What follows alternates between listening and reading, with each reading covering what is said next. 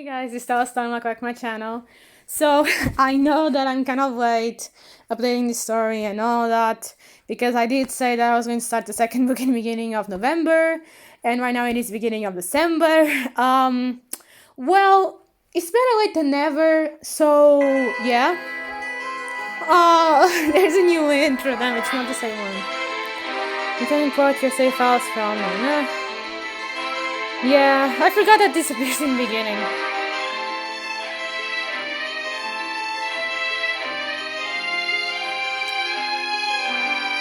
Girl. Okay, this is not like...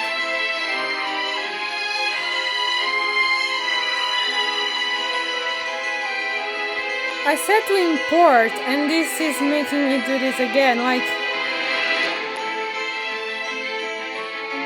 Where is the same one? I want the same one. Here it is.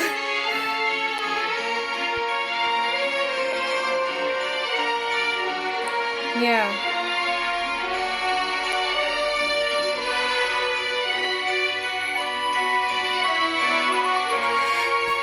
You gotta be joking. I hate when, like, I'm recording and this, like, the game makes me spend this time, like...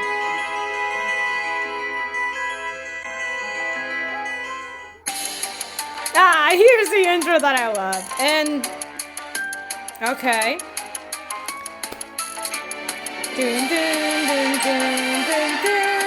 I forgot to start my game on the PC. I literally have my computer here, and I was playing Sims, and... Anyways. Chapter 1, New Dawn. Now looking into the past of someone who went missing. Magic rolls in the air as you exchange blows with a super-powered attune. You've taken things too far. I won't let the world fall to ruin at your hands. Oh, lighten up, will you? The hate of you have always been so dull. It deflects your spell with a maniacal grin.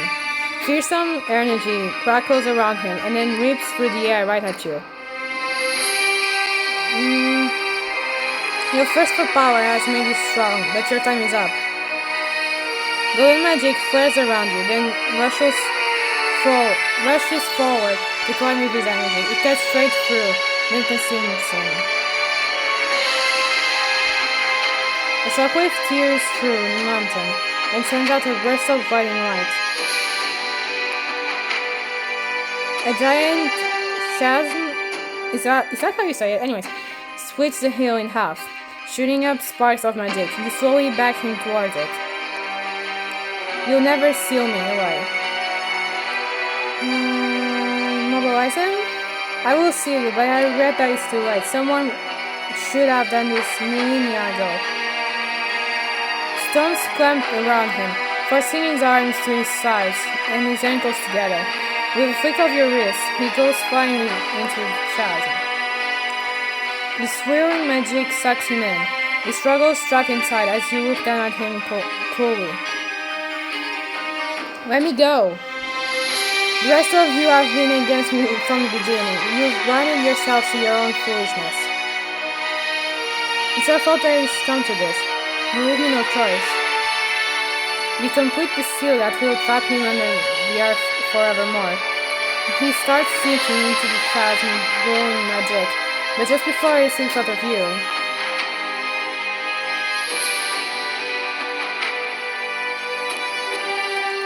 you open your eyes slowly, your head heavy, your thoughts an elusive fog. Where am I? Who am I?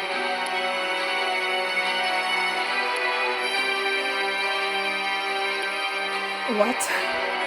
Okay, so this must have been who she was talking about in the previous one. If you don't know what I'm talking about, just go check out the rest of the series and you'll know what I'm talking about. My name is Elsie. You're safe. Her name is what? Okay. You're safe here. Like, I'm not sure if this was said in the first book or not, but if so, I completely forgot. Put this foolishness to go. Alice goes. I think that's how you say it. Won't do as I say if you're dead. Okay, yeah, it was said in first book. I completely forgot. Please don't hurt me. Don't hurt Winnie. I finally found the twins I've been looking for. I have no need to hurt either of you. As long as you come quietly. The man with evil red eyes throws you down, your head slamming against the floor. Who are you? Why are you doing this to me? Silence, child. Be good while I'm gone. You sit in a corner, hugging your knees to your chest, tears streaking down your cheeks. Please, anybody, help me, please.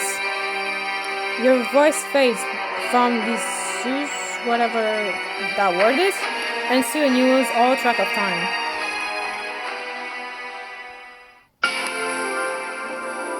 Okay, what the hell was that? Is that the girl that, like, the dean was wanting us to find? Like...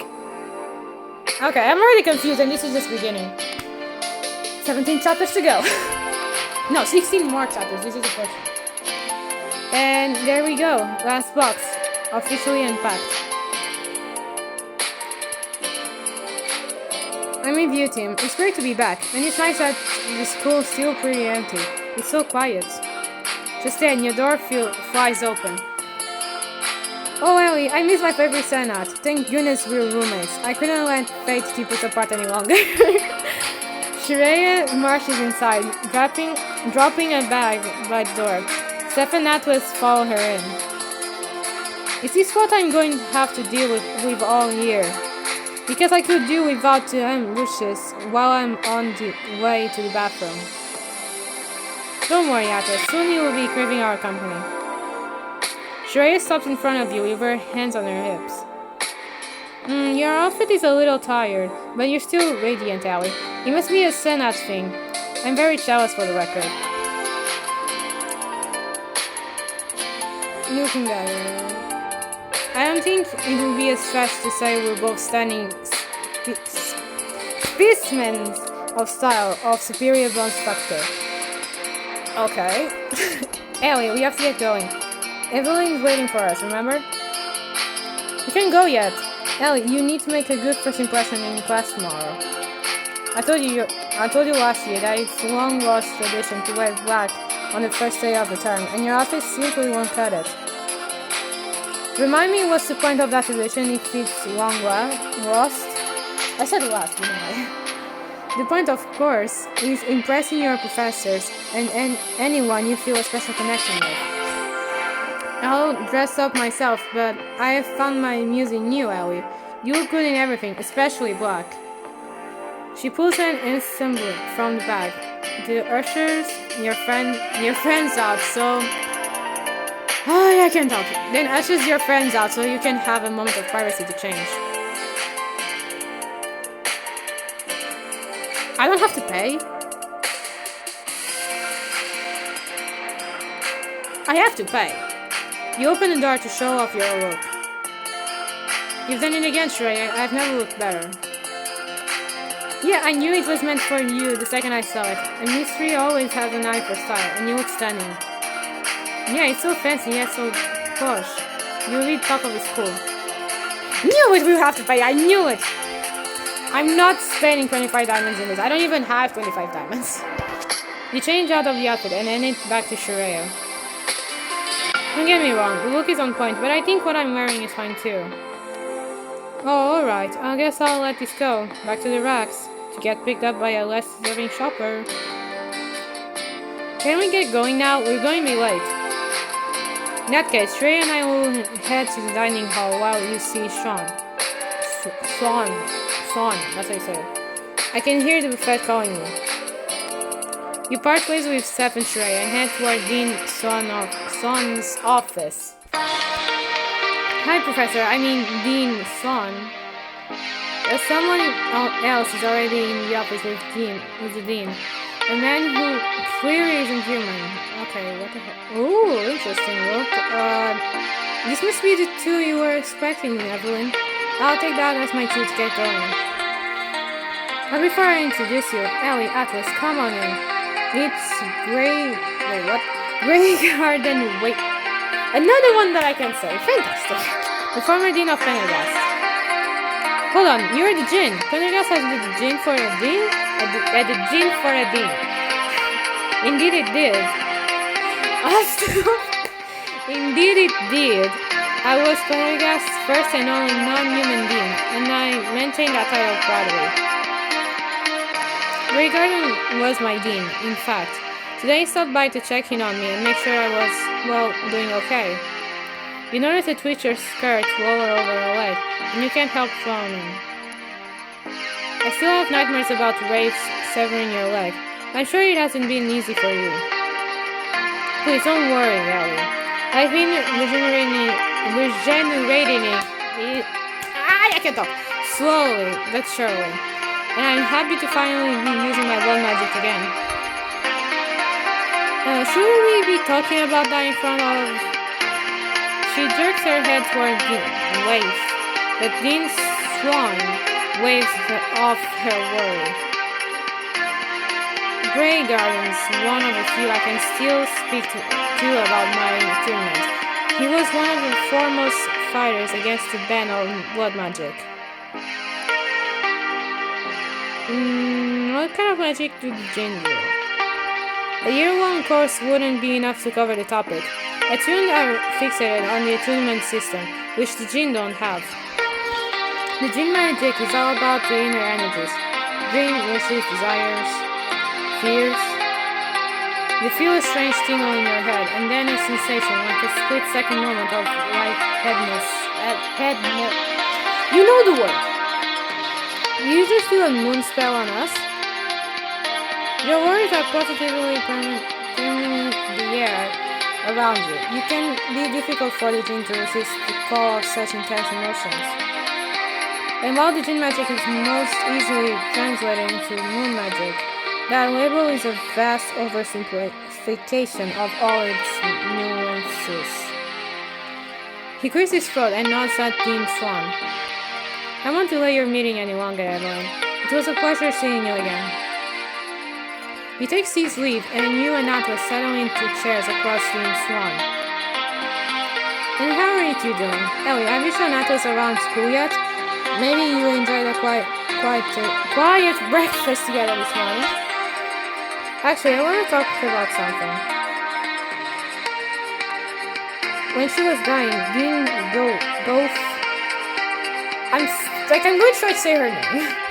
Asked us to find the girl in his locket, but we still don't know anything about her. Nor could you. Like I said, I won't before summer. I've kept my eyes, ears, and persistent channels open, but nothing has come up. None of Alice's records contain anything about a daughter, or any family at all, for that matter. She was a closed book. But wait, we're so off topic. I called you two here for a reason. She takes Atlas' hands in her own. Atlas, allow me to formally welcome you to Pendergast. I'm so thrilled that you're an official Drakesmar. Thanks, it's new. Oh, I'm sure it is. You haven't had a sniff of a formal education in your entire life. But you're bright, not to mention you have your sister and wonderful professors who will be happy to help you. And you have me. If you two ever need anything at all, you can come to me no matter the time of day or night. I'm here for you. And this is kind of loud. Thanks, Dean Swan. We'll try not to break down your door in the middle of the night, though. That will be my preference, thank you. You and Atlas enter the dining hall, which is already filling up with students arriving for the year. Double trouble, we saved you seats. Double trouble, that's... okay, that's a new nickname. Seth waves to you from his and Shreya's stable, but as you're heading over, the thief captain suddenly runs past. Ward, go along. These dragon wings are extra spicy, and they're all yours if you can catch them. He pitches an entire plate of dragon wings across the dining hall. They burst into flames as they fly through the air. How am I supposed to catch those? Catch the dragon wings. Got him! Vine straight out of wooden tables and warp around the dragon wings, stifling the flames and setting them in a neat pile on a plate. You hand the plate to Ward. Thanks, Ellie. Can't wait to see you in the FIFA arena. It's pandemonium in here already. You think admission will screen out the whatever. You turn around to see Beckett straining into the dining hall. He stops coolly at your table, straightening his blazer. How do you all do? Come on, you haven't seen us all summer. Is how do you all do really the best you've got? It's called politeness, Zeph. Though I understand why you might struggle to grasp its I'm not saying this word, I can't pronounce it. Beckett looks at you with a nod. Ellie? Hey Beckett. Did you have a good summer? Yes, quite. I would have enjoyed to do another summer session this year, but my family insisted I vacation with them in Hawaii. You already said that. Oh no, how horrible. Like you literally mentioned and was annoyed at this in the last book. Like, don't fret. The libraries had much to offer on magical history of the island. I was able to keep my studies up. There you all are. Griffin, I found them. Esther comes into the foyer, waving enthusiastically, with Griffin taking up the rear. Hey guys, I ran into Esther on my way from the mirror room. Get this, a sentient coat hanger held up the line at my interest point. It caused almost as much mayhem as the twisters I faced in Tornado Alley this summer. Fieldwork was a blast. Is anyone getting socially exhausted already, or is that just me?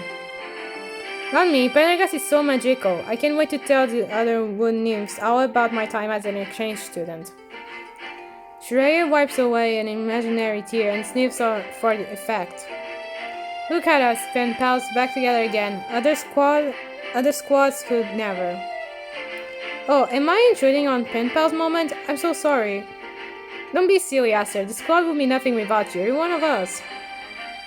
Yes, whether you want to be or not. One gets little say in these matters. I suggest you prepare for many headaches to come. Why is he like this?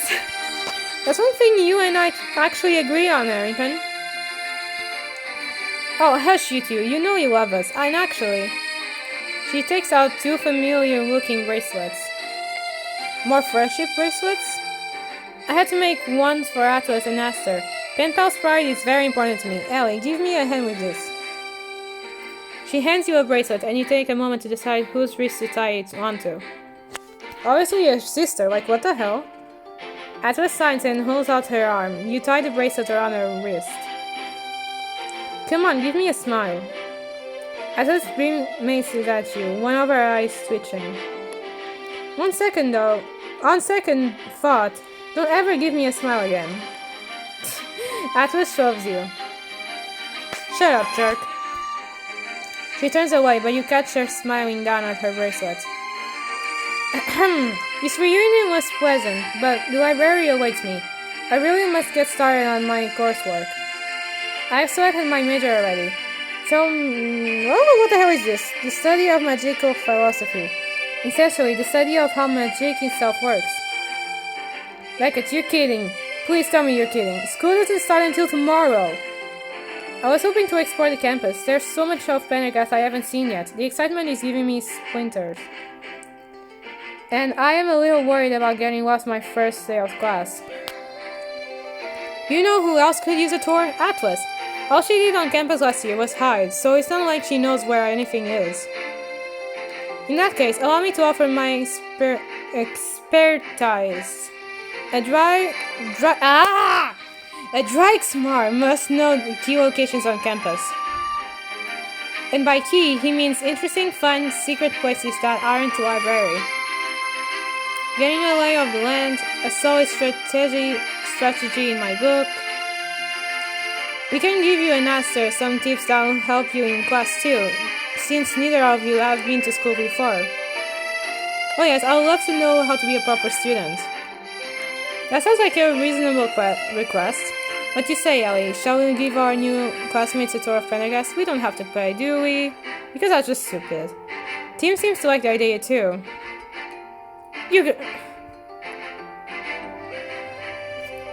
I'm 1 diamond short. 1 freaking diamond short. You know what? Let's do this. Okay, so let's go here. Let's go here. And let's go here. Because I completely forgot about this. And now we go back to this. Because this is just ridiculous. 1 diamond short. And this is literally the most important thing that we could do in this book. Like, in this book? No, like, at least in this chapter. But, yeah. Yeah, thank you, Ellie. Where are we going first? I've got this. Follow me, pen pals. Well, that's settled. Good thing because I don't even have a tour plan. Zeph sets off through the foyer and you all follow along. Now, if you look to your right, the torches around this hall are all burned with This thing is infernal. A tricky bit of fire magic infused with water. And did you know that if you talk to the drinking fountain in Heiko, it will dispense apple cider? Seriously, how do you figure that out? The Zepster has his ways, and his insider sources of information, and a little bit of poetic flair to top it all off. If you speak to it in a limerick, rumor has it will dispense champagne, though I'm not about to begin speaking in rhymes. Tim sips onto the drinking fountain, and the basin fills with a shimmering pink-colored liquid. What are all those trophies in that glass case at the end of the hallway? Just various awards and honors Pendergast students have won through the years. There are a handful of fifth trophies in there, including the ones from the last 2 years straight. You, Seth, and Griffin fist bump. Beckett lets out a bemused hum. Indeed, the winner of the previous attunement, J.K. Irto's award, has a plaque on the top shelf. It's an immense honor. We're almost there. Everyone this way. Zev takes a sharp turn down another hallway, and you all scramble to keep up. What the hell is this thing? He takes you into a strange room filled with meticulously organized piles of what look like junk. I found this place when I was looking for somewhere quiet to study, so I could boost my grades at the end of the last year. Nothing like the smell of musty clutter to get the mind working, I guess. Rumor has it, a student named Kablash Sign. How do you say this name? Went on to become a sky pirate after graduating. Methinks this was his secret hideout. You approach a map labeled Pendergast Tunnels. What's sitting on a crate, but when you look at it, the drawing starts shifting over the page. What the hell? A sky pirate or an underground explorer? I wonder how many secrets about the school are hidden in this room. If you guys ever want to study with me here, you might find out. Look at this old phono. I bet I could tune it up to play some of my music. A bright piano tune starts flittering out of the phono.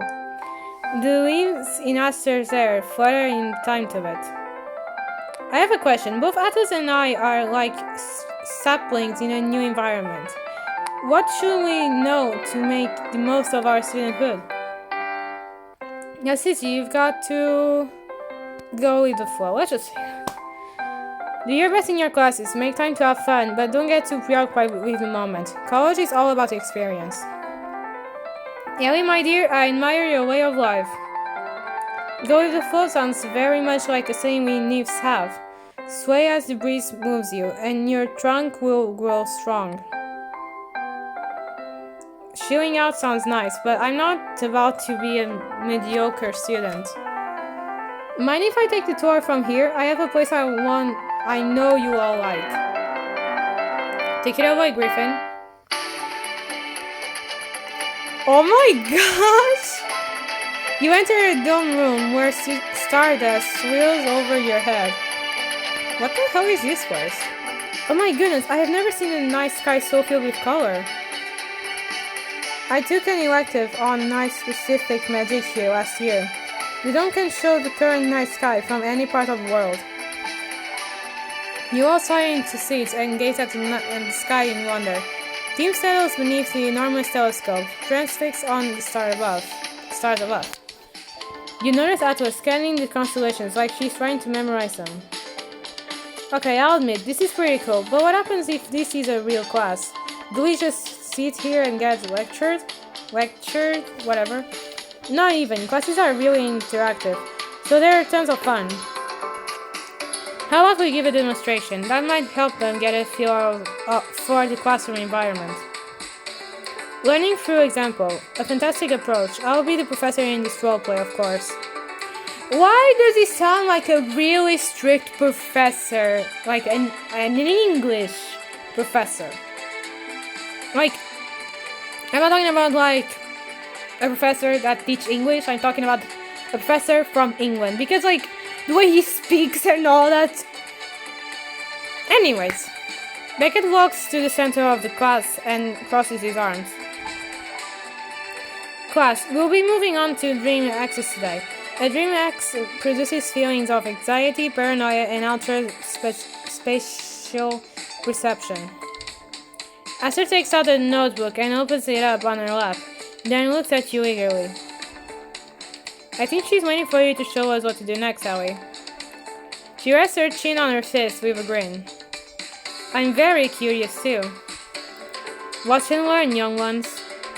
I should act.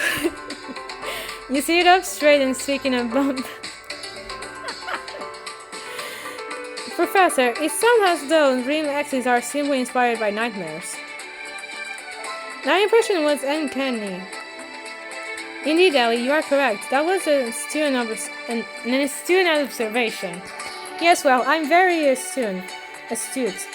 The Attune Uranus Award will have my prestigious name on it this year. Becca starts sputtering.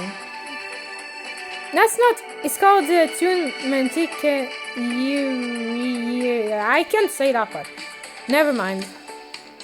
Oh, I see. I should display what I have learned in front of the whole class in order to gain prestige. I don't know about you guys, but I've had enough pretend school for one day. Besides, the real fun comes when class is out. I need to show you my favorite relaxation spot.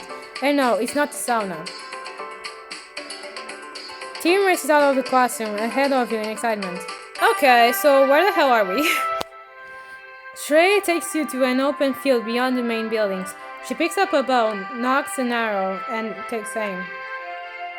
There's nothing like a little target practice to release stress. The arrow bursts into flame, and she lets it loose. It hits a perfect bullseye with a shower of sparks. Holy crap, Shreya, you're incredible!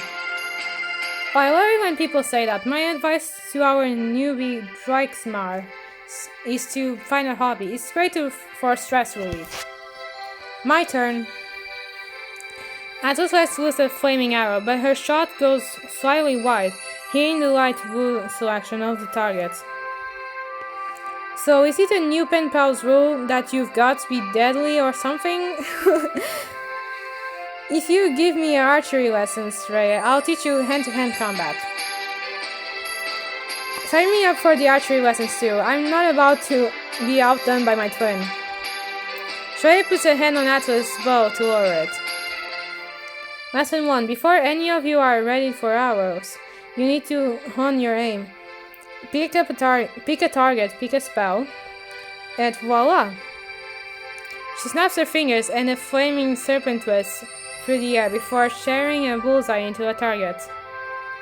Once you have enough control to steer your magic where you want it to go, then you can be trusted with actual arrows. Steering my magic? This should be a piece of cake for a senat. You line up across from your target, narrowing your eyes at yellow bullseye. Sun magic builds up within you.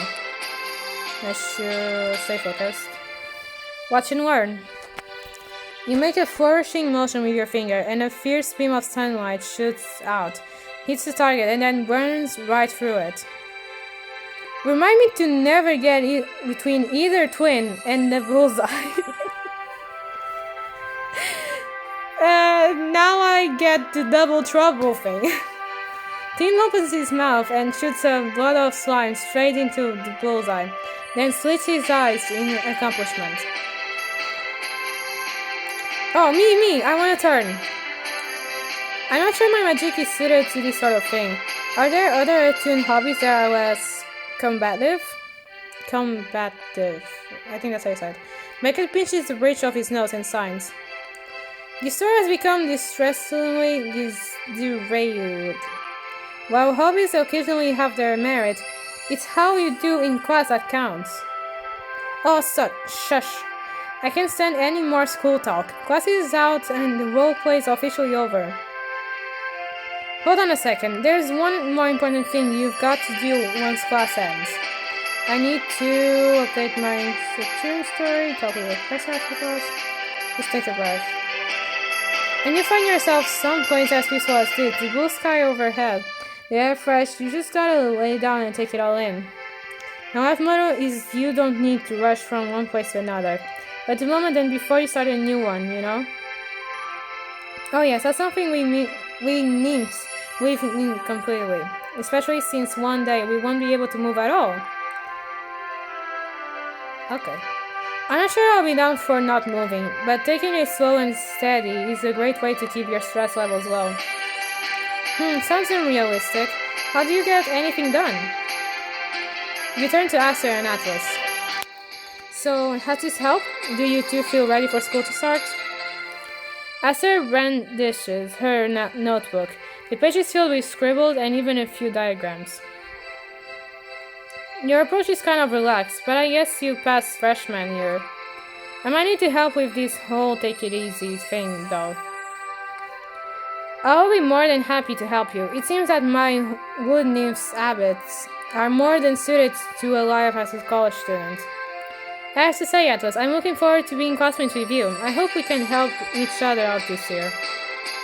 Yeah, I'm done with having an ally in this whole thing. Aster claps her hands. Oh, good, I promise to be the most noble, capable, wonderful ally you could hope for. Oh, this is precious. I feel like I'm watching my kids grow up.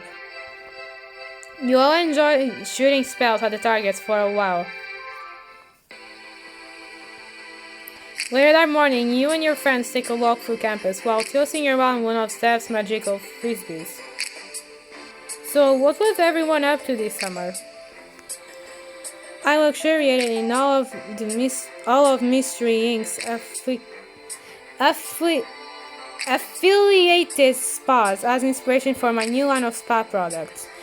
Things have been flying off the shelves. I decided in Tornado Alley that I'm going to apply for the Fortuna Rivelry Scholarship for Disaster Prevention and Relief. The frisbee does a series of whoop-de-whoops through the air. Beckett gapes and Griffin. That's the most prestigious scholarship in the natural science department. Only one upperclassman gets it each year. You catch a frisbee, then send it floating upward in a halo of golden light. You can be worried, Griffin. You literally did disaster relief all summer long. The commitment is gone to give it to you. You committed. Oh, I don't know. The competition steep, though. I hope they see how serious I am about the scholarship, about my major. Griffin.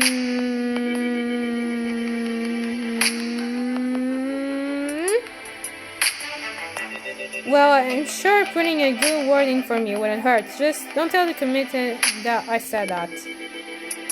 If you want a cheerleader, I can be that cheerleader. I'll recruit the rest of pen pals to help. Oh yes, I have read much about college cheerleaders. It seems like a lot of work, but I think it will be fun to try. Have I ever told you guys that you're the best? Because honestly, you're the best. What did Double Trouble get up to when you two were home? I can picture Atlas relaxing with one of Sheree's spa physics.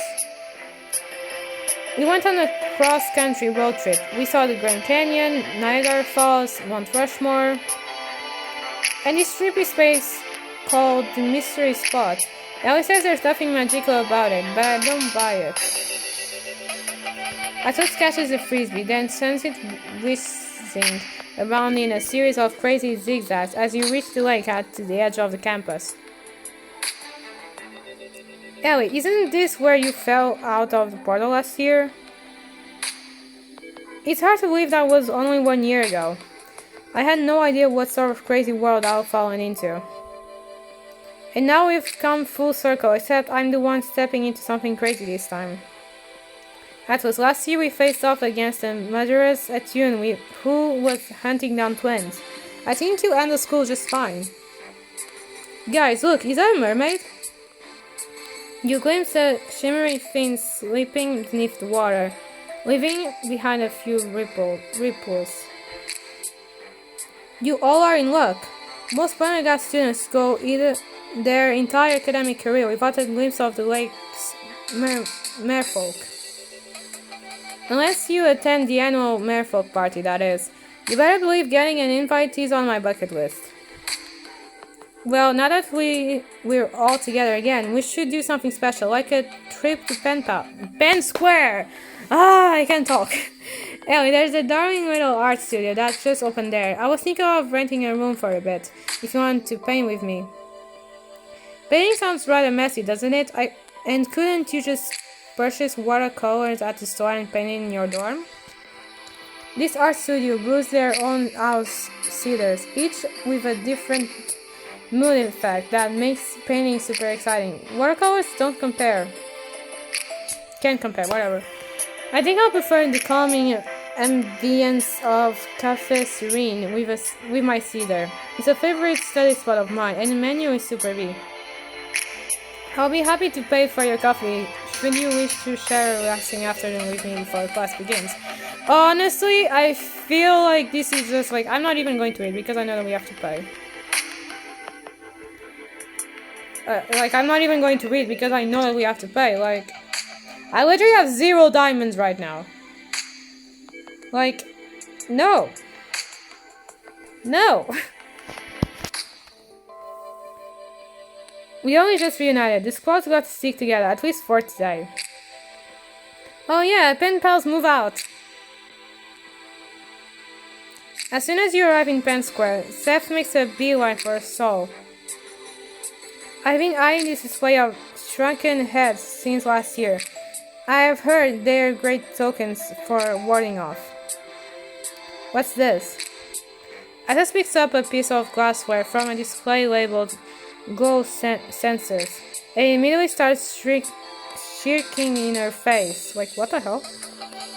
Well, that confirms one long-standing theory I've had. Hey Atlas, guess this explains the look on your... Suddenly, wind rips through the square, blowing trinkets off of stalls and tearing shopping bags from people's arms. Holy crap, Griffin, is this what it's like before a tornado? I think that's what... Someone's coming. Okay, what the hell? Look out! You duck as a stall hurtles over your head and then dive out of the way as the glow sensor rocket past, all of them screaming. It's getting dangerous, stay low. Griffin throws up a shield of cobblestones to protect you all from trinkets pelting down around you. The wind is so strong, it picks people up and pushes them into the trees. Get me out of here! Guys, we have to help out. Hang on, I'll get you down. You channel your magic into the trees, which carefully twine their branches around the people stuck in there, and set them back onto the ground. Quick, get inside the shops! You don't have to tell me twice. Through another gust of wind, you hear an amused voice. My, this is rather chaotic, isn't it? Who the hell said that? Tim appears with an angry croak, looking for the source of the voice. Just then, a giant potions vat topples off the table, and this whistling liquid flies straight at Seth. Quickly! You shoot a rolling flame at the potion, which disintegrates in the heat.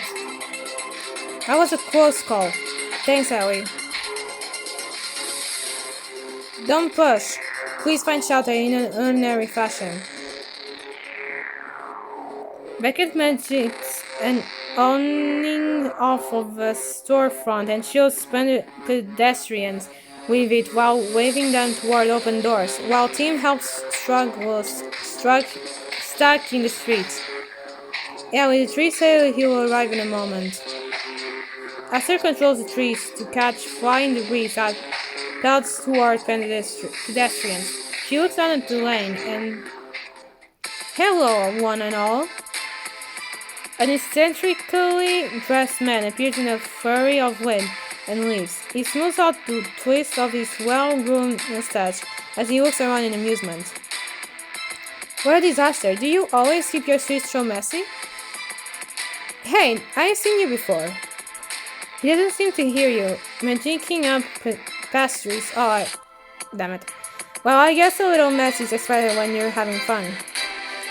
He plucks up a few people with his air magic and starts floating them in lazy spirals overhead. What the? Put me down! Oh, that's no fun at all. He stares her at the top of Mason Beyond, then spins around, wind spiraling out from him in powerful gusts. At this rate, he was literally going to blow the entire square away. We've got to stop him. Atlas launches cobblestones at him, but they're blown away as though they're pebbles. It's like he doesn't even know we're here. Oh god, I'm like, hey, excuse me, wind guy? You jump aside, narrowing, avoiding a signpost. The man keeps twirling around and laughing, obvious at you. I can talk. Hello? Your magic responds to your anger, flaring out of you for a second. In the aftermath, you feel momentarily fatigued. What was that magic I just let off? Whatever. Twinges in fright and improves into the other. I'm conjoining words? I don't even know. Team, wait, what's wrong? The man turns around in midair, the wind around him calming until it just swirls beneath his feet. The storm continues to rage through the rest of the square, but he peers at you in curiosity, tipping his head slightly. Yes, did he just say something? Oh my, isn't this a pleasant surprise? The man lets out a laugh and glides gracefully over, landing in front of you with barely a sound. Your friends group around you protectively. He sweeps his hat off as he bows in front of you. I have to say, this makes a lot more sense. You're the powerful one who drew me here, aren't you? The force imitating from you. Why, it's incredible. Me, incredibly powerful. Thanks, but who are you? Someone with your power wants to know more about little old me? Well, I'm a friend, I hope. Yeah, not on my watch. Atlas steps between you and the strange man, and the man's eyebrows shoots up. Wow, your power is just as immense. Today is turning out much differently than I anticipated. I don't know what you're talking about, but you better stop trying to destroy Penn Square. You aren't nearly as friendly, though. Excuse me, powerful wind guy. Would you mind stopping all of that? The square is a total mess. You motion at the chaos still happening outside of the bubble of calm you're in. The man looks at it as though seeing it for the first time. Did I do all that? Sometimes my magic gets a little excited. I'm sure you all people understand. The wind suddenly ceases. Cars topple over as they land, and the people who had been floating in the air are set gently back on their feet. I'll admit, I shouldn't have been so surprised by your power. Seeing you up close, the resemblance is uncanny. Resemblance? What are you talking about? Watch out, Ellie. He might be trying to trick us. He nods at us and circles you curiously, poking your forehead, plucking at your hair and wafting the air around you toward him and taking a wild sniff. Ew. A magical signature. I should have expected nothing less from the daughter of an old friend. The daughter of... How did you know you're our parents? What horrid manners. I was attending conversation, not asking to be interrogated. Well, could you please tell us? We know so little about our parents. We can't help wondering who you are and how you know them. You must be the polite daughter. I'm so glad one of you is tactful. You better tell us and... Huh? Atlas suddenly grabs at her throat. Her mouth moves, but she doesn't let out any sound. What did you do to Atlas? Don't worry, her voice will return shortly. It was just beginning to grate on my nerves. I much prefer your manners to your sister's. Conversations are far more enjoyable when both parties are civil, don't you think? He circles you one more time, tapping his chin in thought. And I'm stupid because I was trying to... I have way too many notifications. He circles you one more time, tapping his chin in thought. When he floats back in front of you, a gleam enters his eyes. I look forward to meeting you again. Don't miss me too much in the meantime. Why would I... He tips his hat at you and then rises higher on another swell of wind. Wait, what do you know about our parents? You start to follow, but the wind whisks him away, faster than your eyes can track. After a long bit of silence, Seth steps toward you as you walk over the square. People come whirling out of shops to start cleaning up the wreckage. Ellie, did that man know you? I don't know. Atlas and I were just babies when our parents died. You turn to Atlas, who stares at your horizon, though narrowed eyes. She clears her throat, her voice back. It sounded like he came here to find us, but no stranger should know who we are. Tim reappears, nuzzling against you for reassurance. You promise to return. I dare say you'll be faced with his deviancy once again. The question is, where and when? And why? What does he want from you?